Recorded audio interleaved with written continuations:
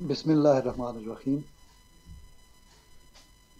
Teachings of امام غزالی رحمۃ اللہ علیہ کے اس چینل پہ جناب ڈاکٹر کامران اصغر خان صاحب، ان کا انٹرویو لینے کا ارادہ کچھ دوستوں کی فرمائش تھی کہ اقبال اسلامک سینٹر کے ٹی ایس ہری پور کی جانب سے جو حلقہ فروغ ادب ہے اور فکر فردہ فورم 1994-95 سے ممتاز مفتی رحمۃ اللہ علیہ کی تحریک پہ ہمارے صاحبان علم و دانش نے اس کی بنیاد رکھی تھی، اور ڈاکٹر طاہر حمید تنولی اس کے پہلے چیف آرگنائزر فاؤنڈر تھے، اور ناچیز کو منتظم کی ذمہ داری سونپی گئی تھی۔ الحمدللہ اقبال رحمۃ اللہ علیہ اور اقبال رحمۃ اللہ علیہ والد گرامی اور روحانی والد مرشد اقبال، جیسے وہ مرشد رومی فرماتے ہیں، تو یہ سلسلہ کسی نہ کسی شکل میں ہر دور میں جاری رہا۔ اور اس وقت ہمارے جو مہمان ہیں وہ ڈاکٹر کامران اصغر شیخ صاحب، تو میں ڈاکٹر صاحب سے مختلف حوالوں سے، جو دوستوں کے سوالات تو بہت زیادہ ہیں، میں اس کو مختصر کیا ہے، اور تو وہ شارٹ لسٹڈ کر کے تو ہم نے کیا ہے تاکہ ڈاکٹر صاحب کی جو مصروفیت بینگ سائیکیٹرسٹ ہے، اور ظاہر نجی زندگی اور روحانی اعمال اور شغل اور یہ چیزیں بھی ساتھ ساتھ چلتی ہیں، تو ان کو زیادہ تکلیف اور زحمت نہ دیں، لیکن نوجوانوں کی رہنمائی کے لیے ڈاکٹر صاحب آپ یہ بتائیے، سب سے پہلے میں جیسے حضرت نسیم صدیقی صاحب رحمۃ اللہ علیہ پٹھوہار سے پنجاب سے آپ کے مرشد گرامی تھے، اور بڑی جی جی مدت پردہ فرمانے تک آپ روحانی اسباق ان سے لیتے رہے۔ جی میں جی نفسیات کے طلبہ کے لیے مطلب رہنمائی کے لیے سوال کر رہا ہوں کہ نفسیات کے طلبہ روحانیت کو کیسے سیکھ سکتے ہیں؟ صدیقی صاحب کی تعلیمات کی روشنی میں کچھ عرض فرمائیے، میرا ہماری درخواست ہے۔ دیکھیں، صدیقی صاحب رحمۃ اللہ علیہ کی جو شخصیت تھی وہ بہت ایک میٹھی شخصیت، عاجزی سے بھری ہوئی، اور مسکرا کے ملنا، اور محبت، بے انتہا محبت، آپ کو اتنی محبت ملے گی وہاں سے کہ آپ کو اتنا وہ خود دروازے پہ آ کے آپ کا استقبال کریں گے، پھر آپ کی خدمت کریں گے، اور مسکرا کے بات کریں گے، اور ایسا تسلی دینا جو ہے یہ ان پر ختم تھا کہ آپ کسی بھی مشکل میں ہیں تو انہوں نے ایک بات کہنی: اللہ ہے نا، اللہ ہمارا ہے، بس یہ ایک انہوں نے کہنا تو بس ساری فکر، ساری پریشانیاں ختم ہو جانی اس ایک فکرے سے کہ اللہ تو ہمارا ہے نا، ہمیں گھبرانے کی کیا ضرورت ہے۔ تو یہ جو بات تھی، اس میں میں سمجھتا ہوں کہ نفسیاتی طور پر بہت ہی سکون دینے والی یہ بات تھی، اور اس بات نے مجھے میری ذاتی زندگی میں بہت سہارا دیا، صدیقی صاحب کے ساتھ جتنے بھی میرے سال گزرے۔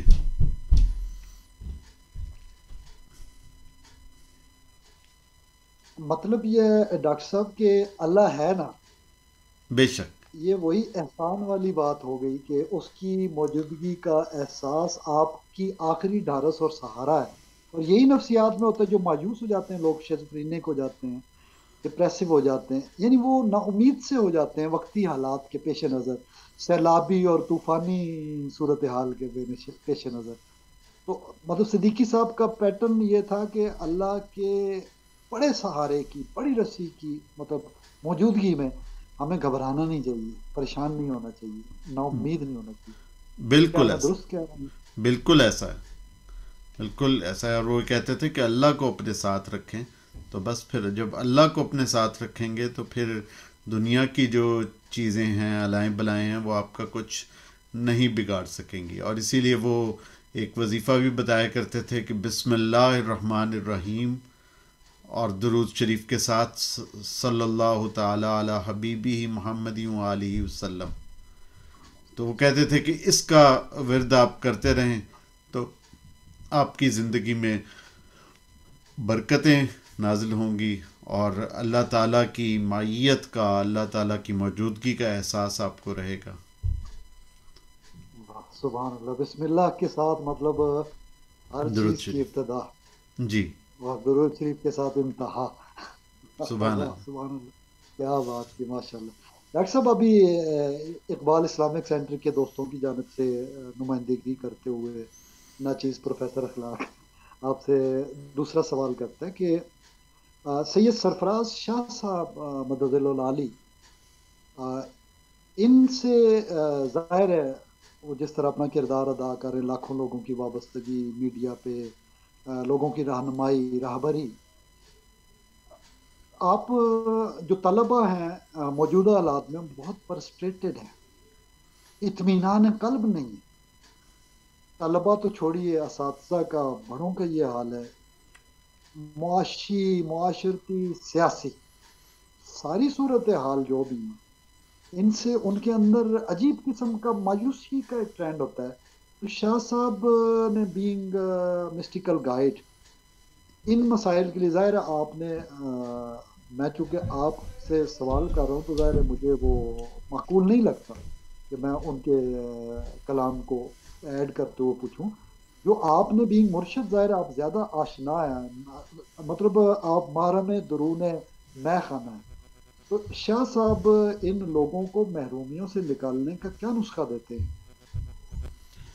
شاہ صاحب یہی بتاتے ہیں کہ تعلیم وہی ہے کہ اللہ ہے نا، کہ اللہ تعالیٰ اب جب ہمارے ساتھ ہے تو یہ آزمائشیں یہ نازل ہوتی رہتی ہیں، اور جس طرح آپ نے بتایا کہ انسان استقامت دکھائے تو پھر ہر آزمائش کی ایک ایکسپائری ڈیٹ ہوتی ہے۔ تو شاہ صاحب کا یہ کہنا ہے کہ یہ آزمائشیں ملک و قوم پر بھی آ سکتی ہیں، ایک ملت پر آ سکتی ہیں، ایک فرد پر آ سکتی ہیں، اور اس وقت جو وطن عزیز پاکستان ہے وہ ظاہری بات ہے کہ آزمائشوں میں گھرا ہوا ہے۔ تو وہ یہی کہتے ہیں کہ جی یہ ان آزمائشوں سے گزریں گے، اور اس سے بڑی آزمائشیں بھی آ سکتی ہیں، اور آپ کو یاد ہوگا کہ پچھلے کچھ پروگراموں میں میں نے بھی یہی کہا تھا کہ آزمائشیں آ سکتی ہیں، بڑی سے بڑی آزمائشیں آ سکتی ہیں، ہمیں نہیں پتہ، لیکن ان آزمائشوں کے بعد، خصوصاً جو ہم نے یہ 14 اگست کے حوالے سے پروگرام کیا تھا، ان آزمائشوں کے بعد انشاءاللہ ایک قوم بنے گی، ایک ملت بنے گی۔ تو اس کے لیے جب کوئی جس طرح وہ ایک صاحب ٹی وی پہ آتے تھے تو وہ فرمایا کرتے تھے کہ جب کوئی عمارت تعمیر کرنی ہوتی ہے تو اس کی سب سے پہلے اس کی جڑیں کھودنی پڑتی ہیں، اس کو گرانا پڑتا ہے، اس کے بعد ایک نئی تعمیر ہوتی ہے عمارت۔ تو اس وقت وہی کام چل رہا ہے کہ نیشن بلڈنگ کے لیے سب سے پہلے کچھ نہ کچھ آزمائش ہوگی، کچھ نہ کچھ ڈسٹرکشن ہمیں دیکھنی پڑے گی، لیکن اس کے بعد جو انشاءاللہ پاکستان ایک قوم بن کے ابھرے گا اور ایک ملک، ایک ملت بن کے ابھرے گا انشاءاللہ، وہ وقت اگر ہم نے اپنی زندگی میں نہ دیکھا تو انشاءاللہ ہمارے بچے وہ ضرور دیکھیں گے۔ تو وہ وقت زیادہ دور نہیں ہے، اب وہ کتنا دور ہے اس بارے میں ہم کچھ نہیں کہہ سکتے۔ میں یہی کہہ سکتا ہوں کہ شاید ہماری زندگیوں میں ہم نہ دیکھ سکیں، لیکن انشاءاللہ امید ہے کہ ہمارے بچوں کی زندگی میں وہ پاکستان کا ایک اچھا دور آئے گا۔ انشاءاللہ پاکستان جتنی بھی بڑی بڑی آزمائشوں سے گزرے لیکن انشاءاللہ قائم رہے گا۔ انشاءاللہ، مطلب آپ کے کہنے کا یہ ہے کہ خزاں رسیدہ ہو جائے چمن، تو اس کا یہ مطلب نہیں کہ بہار کبھی نہیں آئے گی، یعنی بہار کی علامت ہے خزاں۔ بالکل ایسا ہے، اور یہ کہ ہر رات کے بعد سویرا ضرور ہوتا ہے، یہ نہیں ہو سکتا کہ ایک رات ہو اور اس کے بعد جو ہے وہ صبح نہ ہو۔ صبح کا انشاءاللہ طلوع کسی نہ کسی وقت ضرور ہوگا۔ اور جس طرح میں اشفاق صاحب رحمۃ اللہ علیہ کی بات کو ایڈ کروں گا کہ اشفاق صاحب فرمایا کرتے تھے کہ ہم لوگ اپنی جو روزمرہ کی پلاننگ ہے اس میں ہم موت کے ذکر کو کیوں بھول جاتے ہیں، تو اس میں ہم موت کو شامل کیا کریں، اور اس سے بھی بڑھ کے آگے ہم موت سے بھی آگے جو ہے وہ اخروی جو زندگی ہے اس کو ہم شامل کریں کہ روز جزا ہے اور اس میں حساب کتاب ہے. تو یہ ساری چیزوں کو اگر ہم شامل کریں گے تو پھر یہ سمجھنا بہت آسان ہو جائے گا. کیونکہ ہم لوگ کیا دیکھتے ہیں کہ جی ہمیں بظاہر جو نظر آ رہا ہے کہ جی لوگ جاں بحق ہو گئے اور بہت ہی دکھ کی بات ہے. اور ہمیں یہ سوچ کے ہماری روح کانپ جائے گی کہ خدا نخواستہ ہمارا اپنا بیٹا ہو، اپنی بیٹی ہو، اپنی بہن ہو، اپنی ماں ہو اور وہ اس سیلابی ریلے میں انتقال ہو جائے تو کتنے دکھ کی بات ہے. اور یہ دکھ ہمیں جدائی کا ہوتا ہے کہ جی یہ اگر یہ ایک بڑا اچھا بیان تھا جس میں موت کے بارے میں مولانا محمد طیب قاسمی رحمۃ اللہ علیہ، جو کہ اور مجھے بڑی حیرت ہوئی کہ مجھے یعنی 1980 میں ان کا انتقال ہو چکا تھا شاید، لیکن ان کی کیسٹس اویلیبل تھیں جو کہ انہوں نے 70s میں ریکارڈ کروائیں. اور وہ ایک کیسٹ نے تو بڑا ایک لائف چینجنگ تھی. جو دارالعلوم دیوبند کے جو محتمم تھے مولانا محمد طیب صاحب، جو مولانا محمد قاسم نانوتوی رحمۃ اللہ علیہ کے شاید وہ رشتے میں پوتے لگتے ہوں گے، تو انہوں نے جو بتایا کہ موت کیا ہے. موت کا جو ہمیں ہوتا ہے جو وہ ہوتا ہے قلق جو انسان کو لگ جاتا ہے، وہ کیوں لگتا ہے؟ اور وہ قلق صرف جدائی کی وجہ سے ہوتا ہے. اور وہ جدائی کا قلق، میری ماں نہیں ہے آج، میری ماں کو بچھڑے ہوئے تقریباً 21 سال ہو چکے ہیں.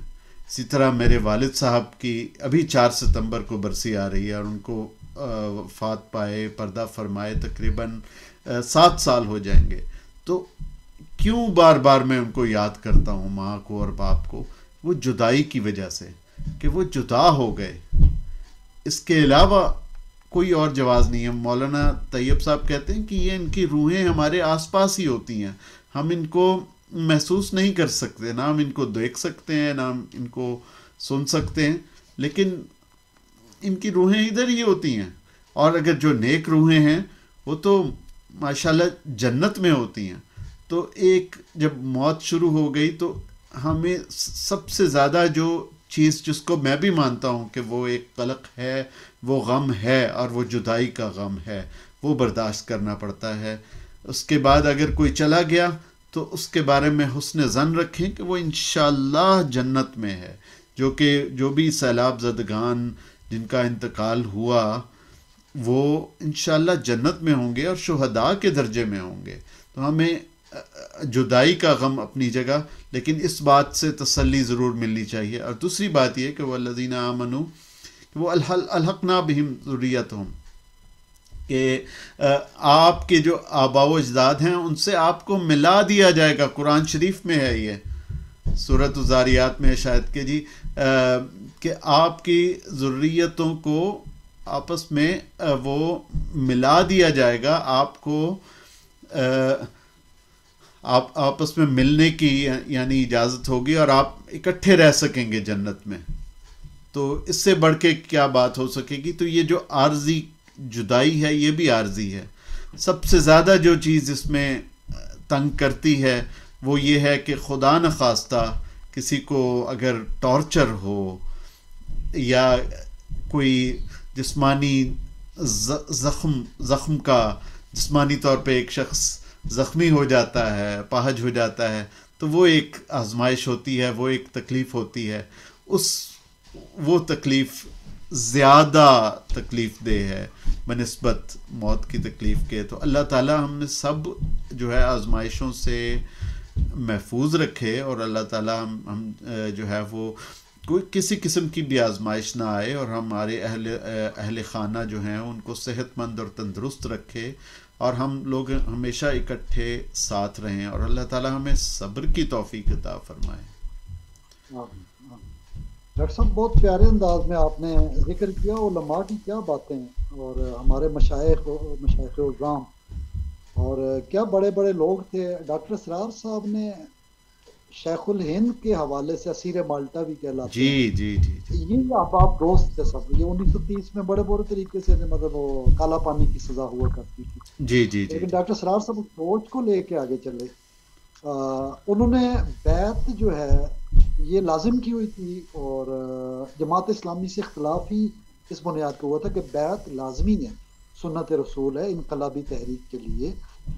وہ اپنے سامنے جو ماٹو پیش کرتے تھے شیخ الہند محمود الحسن رحمۃ اللہ علیہ، اور مطلب بہت ساری باتیں ان کی تو بک میرے پاس پڑی ہوئی ہے جو اس پہ صرف شیخ الہند پہ ہے.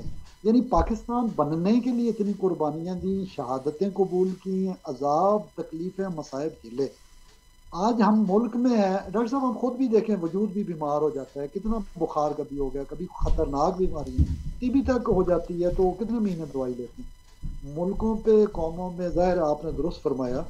لیکن میں جو ہمارے دوست احباب ہیں یہاں اقبال اسلامک سینٹر کے حوالے سے، جس بیعت پہ ڈاکٹر سرار صاحب نے فوکس کیا اور وہ اپنی جماعت کے لیے بیعت لیتے تھے،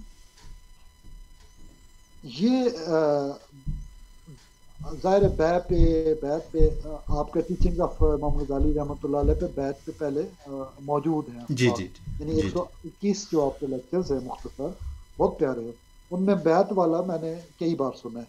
لیکن اگر مختصر ہمارے دوستوں کے لیے کہیں، ذہنیت بیعت سے کیسے بدلتی ہے، اچھا سوچیں کیسے بدلتی ہیں؟ اچھا اس میں جی بیعت جو ہے وہ یعنی ایک تقریباً 3 یا 4 طرح کی ہو گئی. تو سب سے پہلی بیعت تو ایک جو ہے وہ جہاد کے لیے بیعت ہوگی کہ جی ہم جہاد فی سبیل اللہ کریں گے. تو اس کے لیے ہم بیعت کر رہے ہیں امیر سے، اور امیر جو کہے گا کہ کٹ مرو تو ہم کٹ مریں گے اسلام کے لیے. اور وہ ظاہر ہے کہ وہ بیعت موجودہ حالات میں جب آپ کی اسلامی مملکت کا حکمران اور جو chief of the army staff ہے، جب وہ کہیں کہ یہ بیعت کا وقت آ گیا ہے اور عوام نکلیں اور بیعت کریں اور جہاد میں شامل ہوں، تو وہ اس وقت یہ پھر یہ فرض ہو جاتا ہے سب پر. ادروائز یہ ایک فرض کفایہ ہے اس طرح کی بیعت. دوسری پھر جو بیعت ہے جس کو ڈاکٹر اسرار احمد رحمۃ اللہ علیہ، وہ اور بہت ہی اچھا بہت ہی پیارا مشن کہ پوری سوسائٹی میں جو ہے وہ امر بالمعروف اور نہی عن المنکر کا نظام قائم کیا جائے اور اسلام کا نظام قائم کیا جائے. اور ابتدا ان کی بھی اپنی ذات سے ہی ہوتی تھی کہ ہم اپنے ذات کی حد تک، اپنے اہل خانہ کی حد تک، اپنے دوستوں کی حد تک اسلام کو لاگو کرنے کی کوشش کریں. ٹل اے ٹائم کمز کہ ہم اتنے لوگوں کے دلوں کو بدل دیں کہ لوگ خود مائل با اسلام ہوتے جائیں اور ایک اسلامی معاشرہ تشکیل پا جائے، یا جو لوگ واقعی اسلامی نظام حکومت چاہتے ہیں وہ حکومت میں آ جائیں اور ہم صحیح طور پر اسلام قائم کر سکیں. یہ تھا ڈاکٹر اسرار احمد صاحب رحمۃ اللہ علیہ کا مطمع نظر. اب آ جاتی ہے جو تیسری بیعت ہے اور وہ ہے بیعت تصوف. تو ظاہر ہے کہ اس کا یہ ایک روحانی ہے، وہ ایک دینی بیعت تھی اور وہ ایک ظاہری زندگی کے متعلق بیعت تھی اور بہت عظیم بیعت تھی ڈاکٹر اسرار احمد رحمۃ اللہ علیہ کی. اب جو ہے یہ ایک روحانی بیعت ہے جو تصوف میں کی جاتی ہے کہ اپنے دل کو کس طرح سے بدلا جائے، اپنے دل کو کس طرح سے اس میں سے نفرتوں کو، کدورتوں کو خارج کیا جائے اور اپنے دل کو روشن کیا جائے اور اللہ تعالیٰ کے نور کو لایا جائے. اور اس کے بارے میں کچھ کوششیں کرنی ہوں گی، کچھ اس میں سے عہد و پیمان اور وعدے کیے جاتے ہیں. تو وہ اس سلسلے کی بیعت ہوتی تھی. آج کل بیعت کا رواج تھوڑا کم ہو گیا ہے، لیکن بہرحال بیعت کی اپنی ایک اہمیت تھی، کیونکہ کراچی میں ہمارے بزرگ تھے سید عبداللہ شاہ رحمۃ اللہ علیہ، سید عبداللہ شاہ نقشبندی مجددی رحمۃ اللہ علیہ. وہ بیعت کرتے تھے تو وہ ان کی بیعت میں ایک جو سوال ہوتا تھا وہ یہی ہوتا تھا کہ جی آپ نے نماز کبھی ترک نہیں کرنی، نماز قضا نہیں کرنی. تو یہ اس بیعت میں سے ایک نقطہ یہ ہوتا تھا. تو اس طرح مختلف شرائط ہوتی ہیں. قرآن شریف میں ایک جو بیعت نبوت تھی اس میں جب خواتین سے بیعت کی حضرت صلی اللہ علیہ وآلہ وسلم نے، تو وہ یہی تھا کہ آپ نے جو ہے وہ یہ نہیں کرنا، ولا یسرقنا ولا یزنینا، کہ آپ نے چوری نہیں کرنی، زنا نہیں کرنی، بڑے بڑے گناہ نہیں کرنے. تو اس طرح سے یہاں پہ بھی بیعت میں یہی ہوتا ہے کہ آپ کچھ عہد و پیمان کرتے ہیں اپنے مرشد کے ساتھ کہ آپ جو ہیں وہ جو اذکار وہ بتائیں گے وہ آپ پابندی کے ساتھ کریں گے، نماز کو قضا نہیں کریں گے، اور جو درود شریف کا اور بسم اللہ کا ورد ہے اس کو آپ باقاعدگی سے کرتے رہیں گے، اور لوگوں کا دل نہیں دکھائیں گے. یہ 3-4 باتوں پر عہد و پیمان ہو جاتا ہے. لیکن آج کل جو ان کو ہم ماڈرن صوفیہ کہتے ہیں، وہ لوگوں کی اور اپنے مریدین کی آسانی کے لیے بیعت کی ٹرمز اینڈ کنڈیشنز نہیں طے کرتے، تاکہ ایسا نہ ہو کہ وہ خدا نخواستہ کوئی عمل نہ کر سکے تو وہ پھر گناہ گار ہو جائے یا اس پہ کوئی مصیبت نازل ہو جائے. اس نقطۂ نظر سے وہ کوشش کرتے ہیں کہ مرید کو اتنا پابند نہ کریں. تو وہ بس اتنا ہی کہتے ہیں کہ آپ نے مجھے مرشد مان لیا، میں نے آپ کو مرید مان لیا، تو کافی ہے. اور اس میں ایک اور بات جو سرفراز شاہ صاحب کہتے ہیں وہ یہ ہے کہ صرف مرید کے بارے میں نہیں ہوتا بیعت، وہ اس لیے بھی نہیں کرتے. وہ کہتے ہیں شاہ صاحب کہ مرشد کے اوپر کتنی ساری ذمہ داریاں آ جاتی ہیں کہ وہ اپنے مرید کی تربیت کرے، اس کو مانیٹر کرے، ہر وقت دیکھے کہ وہ صحیح راہ پہ چل رہا ہے کہ نہیں. تو پھر مرشد کے اوپر بھی بہت ذمہ داریاں آ جائیں گی، اور آج کے مصروف زمانے میں ان ذمہ داریوں کو بطریق خوبی انجام دینا بہت مشکل ہوتا ہے. تو اس لیے بیعت اب ایک رسمی سی چیز ہوتی ہے. یہ ٹرمز اینڈ کنڈیشنز یہ اپنی جگہ ایک باطنی طور پر کام کر رہی ہوتی ہیں، لیکن ظاہری طور پہ اب بیعت نہیں لی جاتی. لیکن لیتے بھی ہیں لوگ. شیخ ذوالفقار نقشبندی صاحب ہیں، مولانا ابو بلال محمد الیاس ستار قادری صاحب ہیں، یہ حضرات اب بھی بیعت کرتے ہیں ٹریڈیشنل طریقے سے. جی پروفیسر.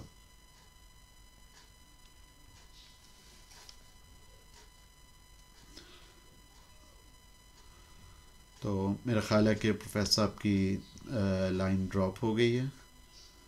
تو انشاءاللہ ہم اسی کے ساتھ آج کا پروگرام ہم ختم کرتے ہیں، اور انشاءاللہ جو اگلے پروگرام میں یہ سوال و جواب کا سلسلہ ہم جاری رکھیں گے. اس وقت تک کے لیے اجازت دیجیے. اللہ حافظ و نگہبان.